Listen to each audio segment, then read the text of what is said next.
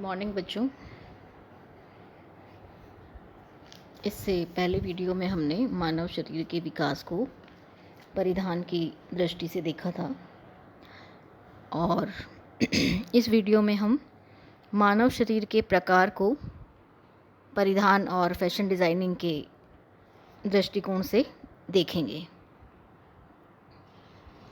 मानव शरीर के प्रकार।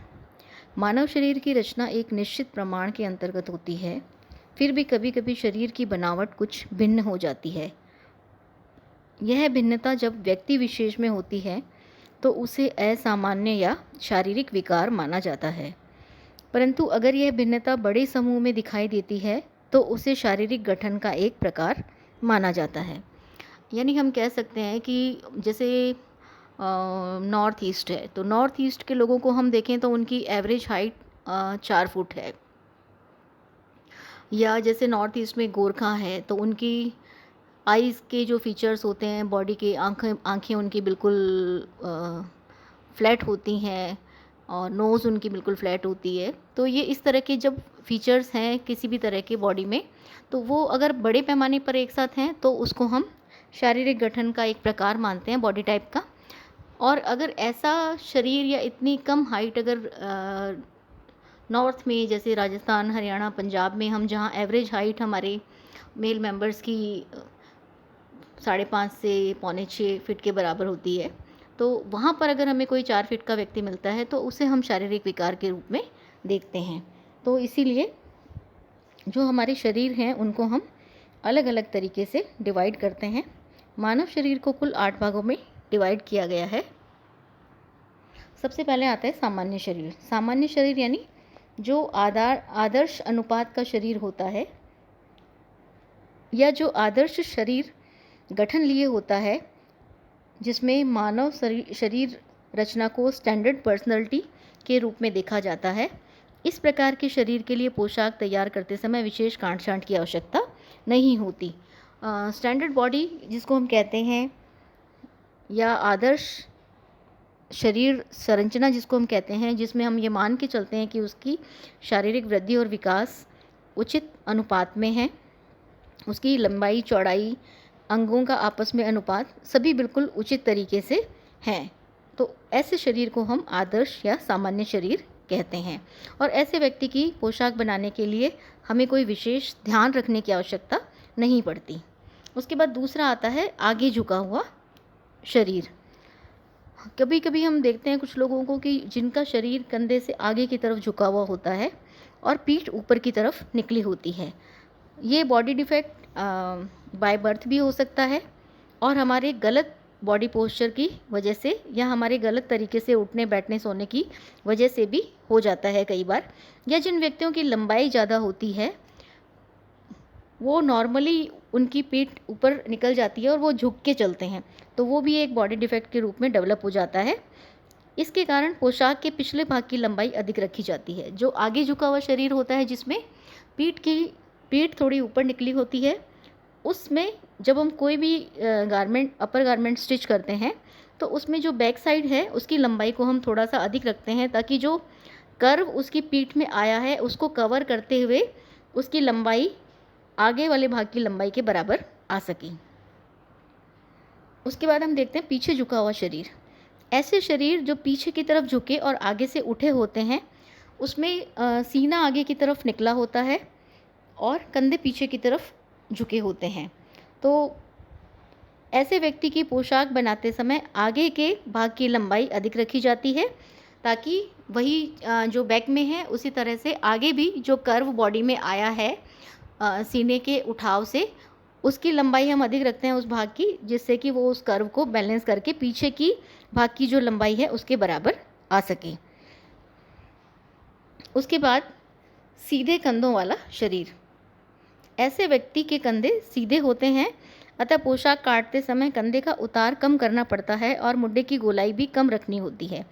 जनरली हम देखते हैं तो नॉर्मल जो बॉडी होता है उसमें एक व्यक्ति को अगर सीधा खड़ा किया जाए सावधान की पोजीशन में, तो गर्दन की तरफ से उठाव है और गर्दन से कंधे की तरफ आते हुए एक स्लोप होता है, या जो कंधे का स्लोप आता है वो गर्दन से लेकर बाजू की तरफ जब आता है तो वो नीचे की तरफ आता है। ये थोड़ा सा उसमें डिफरेंस होता है। मगर कुछ लोग ऐसे होते हैं जिनके कंधे स्ट्रेट होते हैं यानी बिल्कुल सपाट होते हैं, सीधे होते हैं, उनमें वो डाउनफॉल नहीं होता। तो उसकी वजह से पोशाक को जब हम सिलते हैं या उसका आर्म होल जब हम काटते हैं तो उसमें हमें दोनों चीज़ों को फिटिंग के हिसाब से ध्यान रखना पड़ता है। फिर आता है लंबा और पतला शरीर। लंबा और पतला शरीर ऐसे व्यक्ति के शरीर की चौड़ाई और गोलाई कम होती है। जो व्यक्ति लंबा भी है और पतला भी है तो उसके चौड़ाई और गोलाई कम होगी, शरीर में मसल्स कम होंगी। तो ऐसे व्यक्ति के लिए पोशाक छाती के नाप के आधार पर काटी जाती है, यानी चेस्ट का जो नाप है उसका मेजरमेंट लेकर उसके अकॉर्डिंगली उसकी ड्रेस डिज़ाइन की जाती है। कमर और बाजू की लंबाई आदि भी के नाप भी नॉर्मल से ज़्यादा रखे जाते हैं, क्योंकि जो व्यक्ति पतला है और लंबा है उसकी विजिबल लेंथ भी बढ़ जाती है और ओरिजिनल लेंथ भी ज़्यादा होती है। तो दोनों में कमर और बाजू की लंबाई को नॉर्मल से थोड़ा ज़्यादा रखा जाता है। नेक्स्ट सिक झुके हुए कंधों वाला। कुछ लोग ऐसे होते हैं जिनके कंधे झुकाव लिए हुए होते हैं या उनके कंधों में उतार ज़्यादा होता है, ज़रूरत से ज़्यादा होता है, नॉर्मल से ज़्यादा उतार होता है। तो ऐसे व्यक्तियों की पोशाक काटते समय कंधे का उतार बढ़ाकर उतनी ही मात्रा में आर्म होल की गहराई भी बढ़ानी पड़ती है। और झुके हुए कंधे वाले जो लोग होते हैं उनको जब भी कोई वेस्टर्न आउटफिट पहनना होता है या विंटर में कोट्स वगैरह जैकेट्स वगैरह पहननी होती हैं तो हमेशा उसमें शोल्डर फ्लैप नीचे से लगाने पड़ते हैं, जो कि उसके कंधे के उतार को बैलेंस करें और उसे थोड़ा स्ट्रेट करें ताकि जैकेट कोट्स इन सब की फिटिंग उस पर आ सके। नेक्स्ट टाइप है पेटू व्यक्ति। पेटू व्यक्ति यानी ऐसे व्यक्तियों में कमर का नाप सामान्य प्रमाण से अधिक होता है। कुछ लोग ऐसे होते हैं जिनकी कमर का नाप उनकी चेस्ट के नाप से भी ज़्यादा होता है, जबकि हम ये मान के चलते हैं कि शोल्डर का नाप, फिर चेस्ट का नाप और उसके बाद कमर का नाप हमेशा कम होता है। मगर जो पेटू व्यक्ति होते हैं उनकी कमर का नाप सामान्य प्रमाण से अधिक हो जाता है। अतः छाती और कमर के नाप को बैलेंस करते हुए हमें पोशाक की कटाई और सिलाई करनी पड़ती है। एंड लास्ट आते हैं कम लंबे और मोटे व्यक्ति, यानी मोटे और ठिगने व्यक्ति जो होते हैं, जिसको हम कहते हैं जो ठिगना है, जिसकी हाइट कम है और जो हेल्दी है। ऐसे शरीर के लिए सपाट, सीधे और फिटिंग वाले वस्त्र बनाए जाते हैं। इनमें किसी भी तरह की कोई फ्लेयर या फुलनेस के डिज़ाइन को नहीं लिया जाता, क्योंकि पहले से उनकी लंबाई कम है और उनकी मोटाई भी ज़्यादा, यानी शरीर की चौड़ाई भी ज़्यादा है। तो अगर ऐसी स्थिति में हम कोई भी फुलनेस वाला डिज़ाइन उसमें लेते हैं या बड़े प्रिंट लेते हैं तो वो उसकी मोटाई को और ज़्यादा बढ़ा देता है, लंबाई को और ज़्यादा कम दिखा देता है। तो इसके लिए ऐसे जो लोग हैं उनके वस्त्र बनाते समय हमें बिल्कुल सिंपल, सीधे और फिटिंग वाले कपड़े बनाने चाहिए, जिससे उनकी मोटाई कंट्रोल में लगे और उनकी लंबाई, विजिबल लेंथ जो है उनकी, वो थोड़ी सी बढ़ी हुई प्रतीत हो सके। इसके अलावा भी कुछ अलग अलग तरह के बॉडी टाइप्स होते हैं, मेल्स के अलग होते हैं, फीमेल्स के अलग होते हैं, उनको भी हम परिधान के हिसाब से, तो ये जितने भी शरीर के प्रकार हैं इन्हें हम एक तरह से शारीरिक बनावट के दोष कह सकते हैं, जो बाय बर्थ भी हो जाते हैं कुछ लोगों में, और कुछ लोगों में बचपन से ही जब वो गलत पोस्चर ले लेते हैं, अडॉप्ट कर लेते हैं, तो गलत तरीके से सोते हैं, गलत तरीके से उठते हैं, गलत तरीके से बैठते हैं, तो उसकी वजह से भी बॉडी की जो बोन्स हैं वो उस तरह से मोल्ड हो जाती हैं या मुड़ जाती हैं, तो उससे भी इस तरह के बॉडी डिफेक्ट्स आ जाते हैं।